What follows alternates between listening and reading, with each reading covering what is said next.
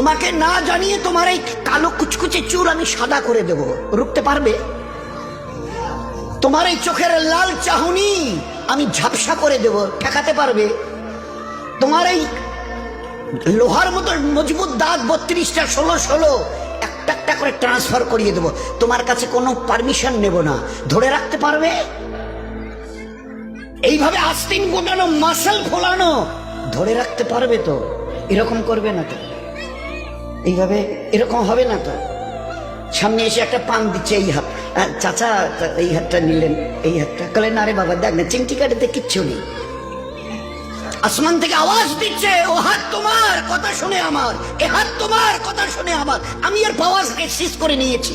এই দুটো পা যদি হনন হনন করে হেঁটে চলো, খালি একটা পায়ের যদি সামান্য একটু প্যারালাইসিস করে দিই না, তো জীবনভর করে হাঁটতে হবে।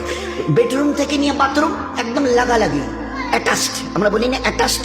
তুই বেডরুম থেকে নেমে বাথরুম তত 4-5 হাত, বেডরুমের দেয়াল আর এটাই হচ্ছে বাথরুমের দেয়াল, মাঝখানে একটা দরজা, এখান থেকে উঠে ওই ঘরের রুমটা পারবে?